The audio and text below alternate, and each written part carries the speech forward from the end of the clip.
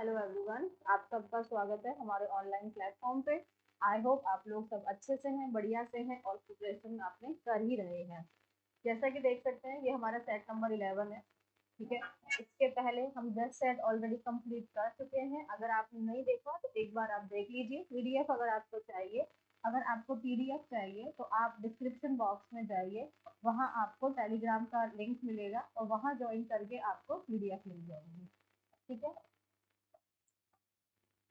आ जाओ यार, फटाफट से शुरुआत करते हैं अपनी पढ़ाई की।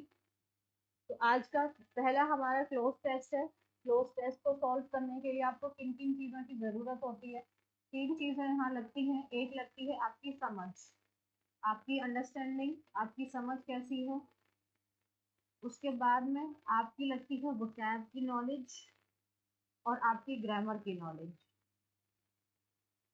ठीक है, ये चीज़ें आपकी लगती हैं। तो अब आप देखो कि आप डेली रीडिंग कर रहे हो तो आपको अंडरस्टैंडिंग आ जाएगी। आपको रीड करना बहुत ज़रूरी है, डेली अपना रीडिंग करते रहिए। आप 30 मिनट रीड कीजिए, बट डेली कीजिएगा। अगर आप डेली नहीं कर रहे हैं तो फिर आपका कुछ नहीं हो सकता है, आपको डेली करना पड़ेगा। चलो अब पढ़ते हैं आगे, क्वेश्चन देखते हैं। Big Bang is the UK's most iconic symbol. Okay. Since 2017, the Elizabeth Tower and the Bell inside have been renovation have been। तब से वो किस चीज को हो रही है, रेनोवेशन उनके हो रही है ना, तो have been undergoing renovation. Big Ben जो है वो यूके की मोस्ट आइकॉनिक सिंबल है और 2017 से लगातार वहां पे रेनोवेशन चल रहा है। तो have been undergoing renovation. Next, next क्या है? The structure is 160 years old and regular maintenance. जो स्ट्रक्चर है वो 100 साल पुराना है और उसको रेगुलर मेंटेनेंस की जरूरत है। अच्छा, नीड तो आएगा नहीं। The structure is 160 year old and need हो सकता था, क्योंकि स्ट्रक्चर जो है उसी के लिए वर्ब हमें चाहिए। तो स्ट्रक्चर मेरा सिंगुलर सब्जेक्ट है, तो वर्ब सिंगुलर होनी चाहिए, तो ये नहीं होगा। नीड नहीं होगा, नीड्स होगा तो सोचते। इज नीडेड नहीं है, जो पास्ट में ना वॉज नीडिंग नहीं। स्ट्रक्चर कोई काम थोड़ी कर रहा है। तो the structure is 160 year old and has needed, और इसकी जरूरत है, लगातार इसको जरूरत है रेगुलर मेंटेनेंस की। Dash many years people had been painting the hand and numbers। okay, dash many years मतलब कई सालों से ना, कई सालों तक लोग उसको क्या कर रहे थे, पेंट कर रहे थे उसके हाथ को, हैंड एंड नंबर क्लॉक को किसी कलर से। तो फॉर मैनी ईयर्स मतलब कई सालों से, फॉर मैनी ईयर्स ये काम होता आ रहा है। फॉर मैनी ईयर्स पीपल जो लोग हैं वो पेंट कर रहे हैं उसके हैंड और नंबर को। The clock black. For many years people had been painting the hand and number. किसका? नंबर डैश क्लॉक, क्लॉक का। तो of the clock, of the clock, clock का जो हैंड और नंबर को है, लोग ब्लैक कलर का उसको पेंट कर रहे हैं। लेकिन लास्ट थर्सडे जो वर्कर्स हैं उन्होंने क्या किया, जो क्लॉक का ओरिजिनल कलर क्या है, पर्शियन, पर्शियन ब्लू उन्होंने किया। देखते हैं क्या ऑप्शन है हमारा। But last Thursday the workers dash the clock original colour. उन्होंने क्या किया होगा, उसको खोजा होगा, पाया होगा। तो दे डिस्कवर, डिस्कवर जो ऑलरेडी चीज होती है उसको डिस्कवर करते हैं। और जब कोई नई चीज का क्रिएशन करते हैं, जब न्यू चीज को हम, नया चीज हम कोई बनाते हैं, उसको हम इन्वेंट कहते हैं। तो इन्वेंट नहीं किया, क्योंकि वो चीज ऑलरेडी है, उसको उन्होंने डिस्कवर किया, खोजा उस चीज को। खोज आप उसी चीज को सकते हैं जो आप ऑलरेडी प्रेजेंट हो। और इन्वेंट आप करेंगे कुछ न्यू चीज को। कंसील करना मतलब हाइड करना, तो हाइड नहीं किया है, उन्होंने उसको डिस्कवर किया है। ठीक है, एक बार हम इस पूरे को दोबारा समझा देते हैं क्या क्या। Big Ben in the UK most iconic symbol है। 2017 से Elizabeth tower and the bell inside, इसके अंदर हैव बीन क्या हो रहा है, लगातार वो एक रेनोवेशन के प्रोसेस में है ना, तो अंडर गोइंग रेनोवेशन है ना, रेनोवेशन चल रहा है उसमें, एंड दैट्स रेगुलर मेंटेनेंस, और उसको रेगुलर मेंटेनेंस की जरूरत है, तो has needed a regular maintenance.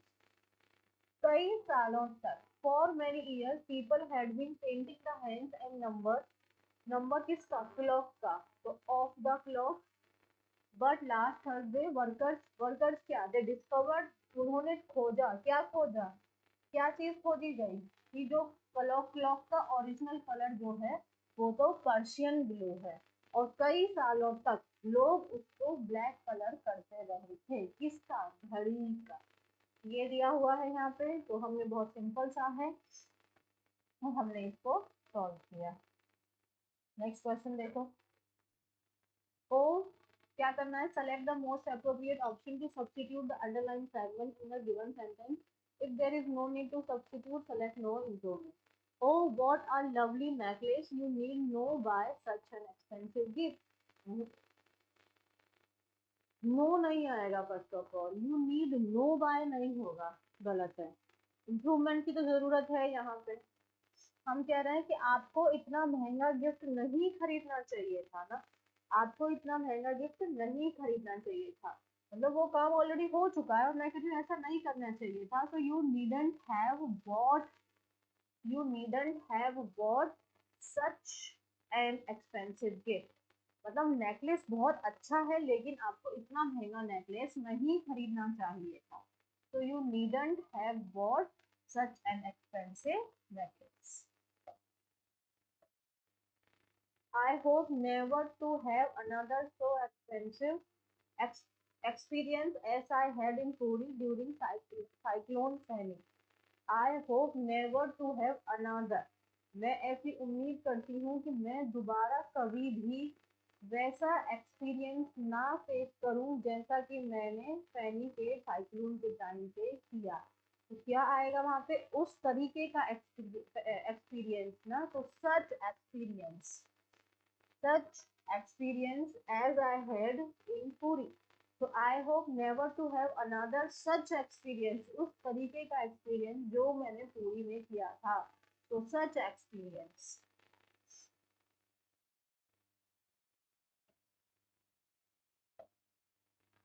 I visited my friend to whom I had made an appointment। नहीं, यहाँ पे देखो टू हमारा प्रेपोजिशन है, और ये बन गया प्रेपोजिशन का ऑब्जेक्ट। नो, प्रेपोजिशन के ऑब्जेक्ट की जरूरत नहीं है, हम यहाँ पे, हमें यहाँ पे चाहिए आपका रिलेटिव प्रोनाउन, तो रिलेटिव प्रोनाउन चाहिए। मैं विजिट की अपने फ्रेंड के यहाँ, I visited my friend, I had made an appointment, जिसको मैंने अपॉइंटमेंट, जिसके मैंने अपॉइंटमेंट लिया था, तो whom I had made an appointment। whom, हमें यहाँ पे रिलेटिव प्रोनाउन की जरूरत, रिलेटिव प्रोनाउन की जरूरत है जो इस क्लॉज को इस क्लॉज से रिलेट करे। मेरा फ्रेंड, और इसी फ्रेंड से मैंने अपना अपॉइंटमेंट लिया था, तो यहाँ पे टू नहीं आना चाहिए, डायरेक्ट यहाँ पे whom आना चाहिए।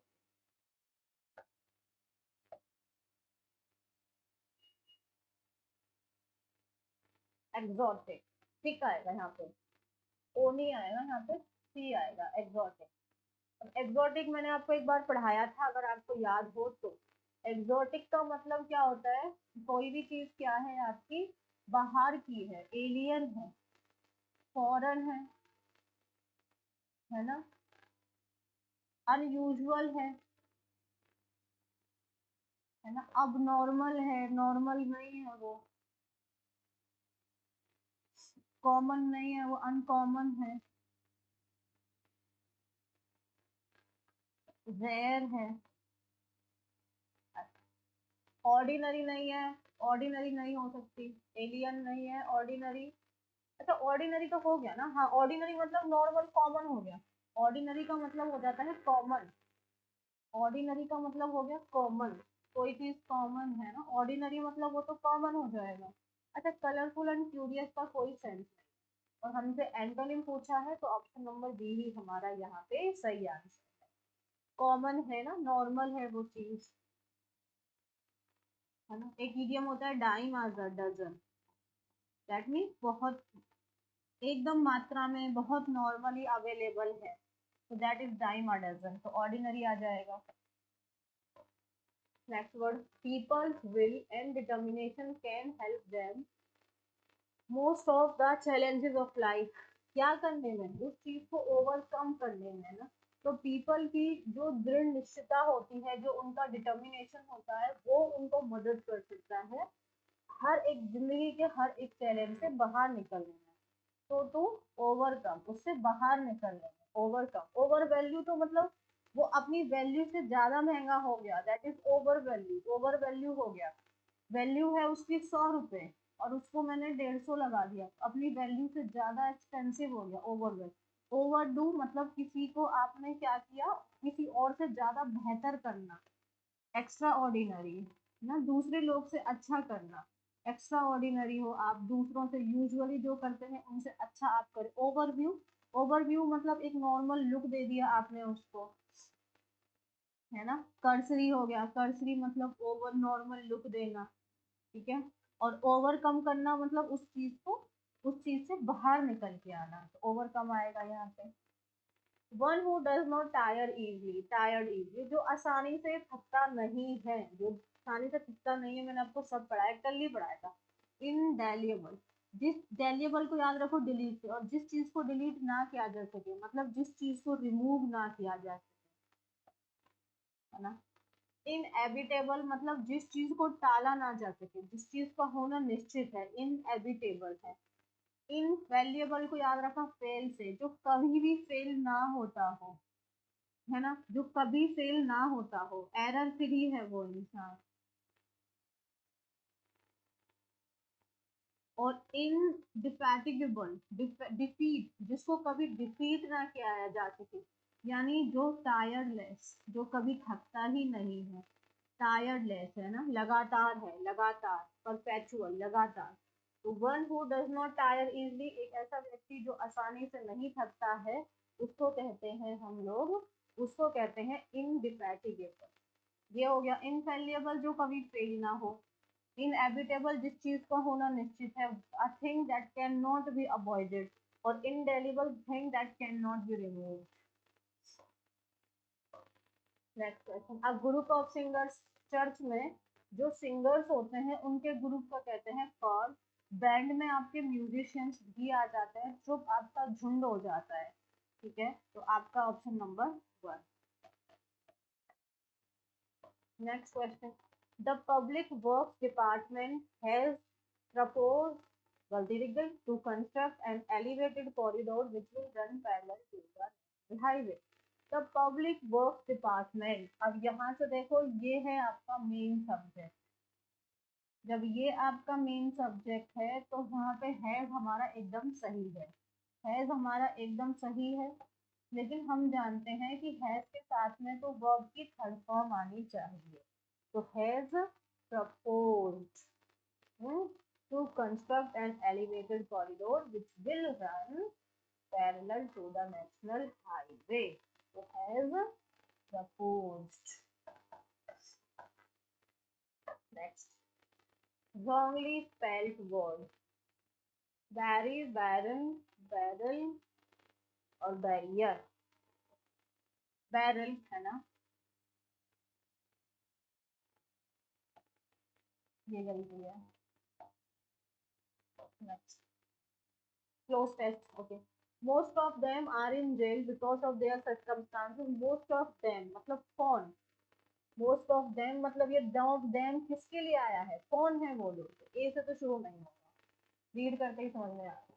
Not all prisoners are hard core criminal, हाँ सारे प्रिजनर जरूरी नहीं है कि वो हार्ड कोर क्रिमिनल्स ही हैं, हो सकता है। तो they deserve a chance to rehabilitate themselves. They मतलब अगेन कौन, और सो इसीलिए, मतलब सी से तो बिल्कुल नहीं होगा और सी से हुआ भी नहीं। therefore, therefore, therefore तो तब लगाएंगे ना, ये तो रिजल्ट बताता है therefore तो मुझे आगे रीड भी नहीं करना है। तो मुझे समझ में आ गया कि सेंटेंस की शुरुआत तो बी से ही हो रही है। देखते हैं, देखते हैं, let's see. Not all prisoners are hardcore criminals, सारे प्रिजनर्स हार्डकोर क्रिमिनल्स नहीं होते हैं, ओके, इसीलिए they deserve a chance to rehabilitate themselves.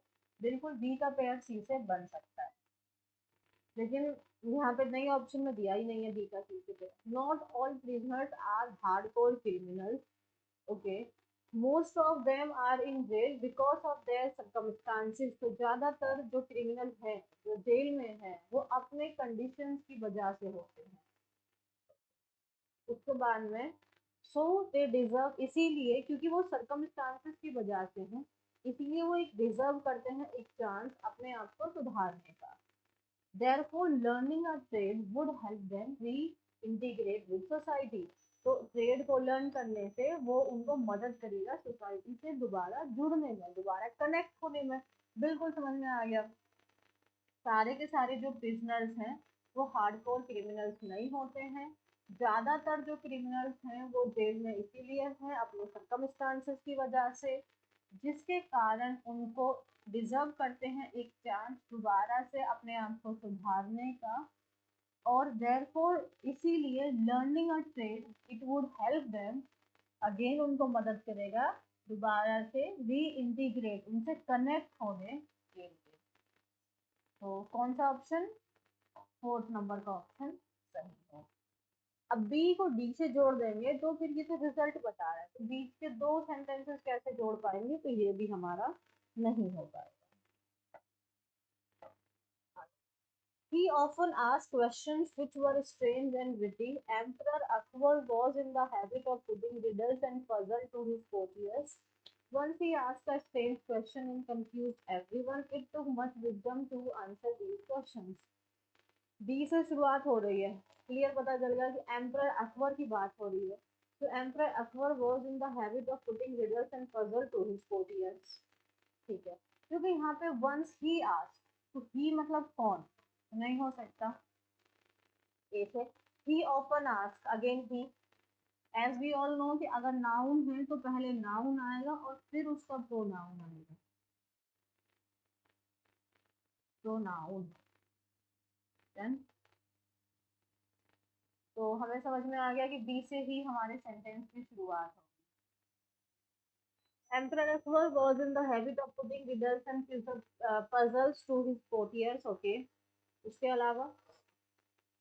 अलावा डायरेक्ट ए ही दे रखा है, देखते हैं। He often asked questions which were strange and witty, जो काफी स्ट्रेंज और मतलब बुद्धिमानी से भरे हुए सवाल होते थे, वो ऐसे सवाल पूछता था, ठीक है। एक बार and it took much wisdom to answer these questions, और इन क्वेश्चन को आंसर करने के लिए काफी ज्यादा बुद्धि की जरूरत होती थी। And once he asked a strange question that confused everyone, okay. He often asked question which were strange and witty. Once, फिर हमारा डी से बनेगा और फिर हमारा सी से बनेगा। तो he often asked questions which were strange and witty, and it took much wisdom to answer these questions. In question, कौन से क्वेश्चन, ये वाले क्वेश्चन। एंड एक बार उन्होंने ऐसा ही एक स्ट्रेंज सवाल पूछा जिसने हर किसी इंसान को कंफ्यूज कर दिया। तो एम्परर अकबर की आदत थी क्वेश्चन पूछने की, जो बड़े ही कैसे होते थे, बड़े विचित्र होते थे। एक ऐसे क्वेश्चन को आंसर करने के लिए आपको बहुत बुद्धि की जरूरत है, और एक बार उन्होंने वैसा ही एक सवाल पूछा था। To air dirty lining in public, अपनी डर्टी लाइनिंग को, अपने डर्टी क्लोथ्स को, आप अगर अपने डर्टी क्लोथ्स को, अगर आप अपने डर्टी क्लोथ्स को पब्लिक में हैंग कर देते, मतलब उन्हें अगर आप सुखा रहे हो आप अपना, तो दैट मीन्स क्या हो गया कि आप अपने प्राइवेट मैटर्स को, अब देखो हमारे कपड़े हैं, हमारे कपड़े, अगर हमारे कपड़े हैं और वो थोड़े खराब हैं, अगर हम उन्हें पब्लिक में जाके डाल देंगे तो लोगों को पता चल जाएगा कि हम प्रॉब्लम्स में हैं। मान लो मेरे पास में मेरा कोई फटा कपड़ा है जो मैंने सुखा दिया, लोग को पता चल गया, ओ मेरे पास तो फटा हुआ कपड़ा मैं पहन रही हूँ, दैट मीन्स उन्हें क्या पता चल गया, मेरा प्राइवेट मैटर उनको पता चल गया ना। So to discuss private affairs in public, ठीक है, अपनी प्राइवेट बातों को पब्लिक में डिस्कस करना है, that is to air dirty lining in public. Next question, throw in towel. Throw in towel का मतलब क्या हो गया कि आपने, आपके पास में ना कोई एक कपड़ा है और आपने उस कपड़े को फेंक दिया। आपके पास में कोई सामान है, आपने उसको फेंक दिया कि भाई मैं अपना ये सामान फेंकता हूँ, मतलब मैं अपनी चीज को सरेंडर करता हूँ, मैं अपनी हार को डिफीट करता हूँ। अगर हम अपने सामान को फेंक रहे हैं तो हम अपनी हार को, डिफीट को एडमिट कर रहे हैं। तो थ्रो इन द टाल का मतलब एडमिट डिफीट, अपनी डिफीट को, अपनी हार को स्वीकार करना। Next, in spite of being born in a dash family, he chose to fight all odds and emerged as a notable statesman. Impeccable का मतलब होता है परफेक्ट, ये दोनों तो एक दूसरे के सिनोनिम है ना। फ्लॉलेस, हर एक गलती से रहित, उसमें कोई मिस्टेक ना हो, स्पॉटलेस, है ना। और इंटेलिजेंट मतलब बुद्धिमान, और इम्पोवरिश्ड का मतलब हो जाता है गरीब, पुअर, है ना, डेस्टिट्यूट, है ना। तो in spite of being born in a ना, तो इन स्पाइट ऑफ का मतलब होता है इस चीज के बावजूद, इन स्पाइट ऑफ का मतलब होता है डिस्पाइट, किसी चीज के बावजूद। और ये आपका दो कॉन्ट्रास्ट कैटेगरी की चीजों को आपस में कनेक्ट करता है। ये दो कॉन्ट्रास्ट मतलब एक तरफ कोई पॉजिटिव बात हो रही होगी तो दूसरी तरफ कोई नेगेटिव। तो एक गरीब फैमिली में पैदा होने के बावजूद उसने अपनी हर एक प्रॉब्लम से वो लड़ा, और एक नोटेबल, नोटेबल मतलब एक प्रोमिनेंट, इम्पोर्टेंट, और एक अच्छा इम्पोर्टेंट प्रोमिनेंट स्टेटमेंट्स की तरह वो इमर्ज हुआ, मतलब वो उभरा। तो मतलब यहाँ पे क्या हो जाएगा, फ्लॉलेस, तो ये तीनों पॉजिटिव टर्म्स हैं, हमें तो एक नेगेटिव टर्म चाहिए, तो हमारा ऑप्शन नंबर 4 यहाँ से सही है। तो in spite of being born in a impoverished family, he chose to fight all odds and emerged as a notable statesman. Next question. Hind, Hind का मतलब होता है पीछे की साइड वाले, पीछे वाले, पीछे मतलब रेयर, यानी ऑप्शन नंबर 2। नेक्स्ट, इन्यूएंडो, इन्यूएंडो करना मतलब किसी को हिंट देना, इन्यूएंडो मतलब किसी को हिंट देना, डायरेक्ट ना बोल के आप उसे इशारा दे रहे हो, हिंट दे रहे हो, है ना, आप उसे इशारा दे रहे हो, यानी हिंट, यानी इम्प्लीकेशंस। एविडेंस तो सबूत हो गया, वेरिफिकेशन करना, आपने उसको वेरीफाई कर दिया, प्रूफ तो सबूत। ऑप्शन नंबर 1 मेरा। Next question, Mrs Gupta told, अच्छा इसमें क्या करना है, इनडायरेक्ट फॉर्म बनाना। Mrs Gupta said to me why are these boys standing in the sun. तो टोल्ड मी या आस्क मी हो सकता है, तो मिसेस गुप्ता आस्क मी हो सकता है, said to me, said to को टोल्ड में बदल देंगे, तो सैड टू मी तो नहीं कहता, Mrs Gupta told me, but वो मुझसे पूछ रही है ना, सवाल पूछ रही है, तो आस्क मी। तो मिसेस गुप्ता मुझे बता नहीं रही, मुझसे पूछ रही है, तो ask me why these boys, these किसमें कन्वर्ट हो जाएगा, दोज में, why those boys standing in the, why those boys were standing in the sun, क्योंकि प्रेजेंट पास्ट में चला जाता है।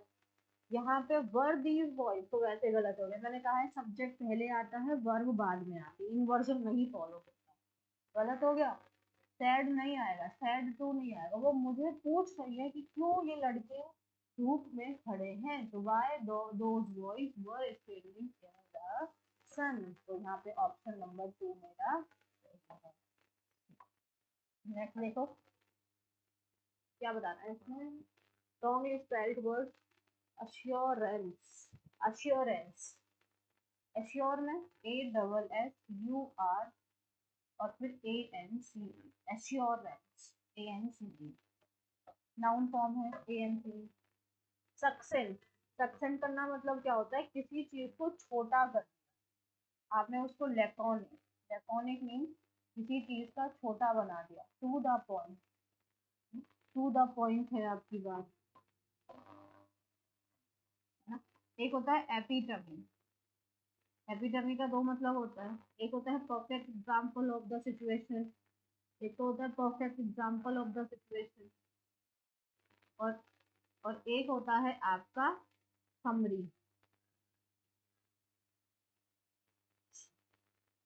ठीक है, जिस्ट, टर्स दिया हुआ है, पिटी दिया हुआ है, कॉट दिया हुआ है, और किसी चीज को क्या बना दिया, लेंदी, उसको बरबोज, बड़ा चढ़ा दिया, बरबोज ज्यादा बड़ा बना दिया। यहाँ पे तो छोटा बनाने की बात कर रहे हैं, तो ऑप्शन नंबर 3 मेरा सही है। Next question, the gardener has mowed the lawn, क्या बनाना चाहिए, the lawn has been mowed by the gardener. The gardener has been mowed by the lawn, हाँ, लॉन को गार्डनर के द्वारा मूव किया गया ना, उसको उसने काटा छाटा है, लॉन थोड़ी ना किसी इंसान को करेगा। अच्छा, खत्म हो गया। ओके, तो आज की डेट, आज का सारा का सारा क्वेश्चन हमने फिनिश किया। तो इसके साथ में हमारे 25 क्वेश्चन कंप्लीट होते हैं। और ये कौन सा सेट हमने लगा लिया है, सेट नंबर 11 हम ऑलरेडी सॉल्व कर चुके हैं। अगर आप देख रहे हैं 11 सेट का मतलब ये हो जाता है कि एक सेट में अगर 25 सवाल हैं तो 11 सेट में हमने कितने सवाल कर लिए, 275। और जो कि आपको मैं हर एक क्वेश्चन का ऑप्शन भी समझा रही हूँ, तो आपने कितने सारे सवाल सॉल्व कर लिए हैं। तो अच्छे से करते रहो, डेली पढ़ाई करो। बाकी तो सिलेक्शन इतना भी टफ नहीं होता जितना हमें लगता है, बस consistency and regularity is very very important. चलो, अब ऐसे ही अपना ध्यान रखो, चैनल को सब्सक्राइब करो, वीडियो को लाइक एंड शेयर करो, अपना ध्यान रखो। Thank you.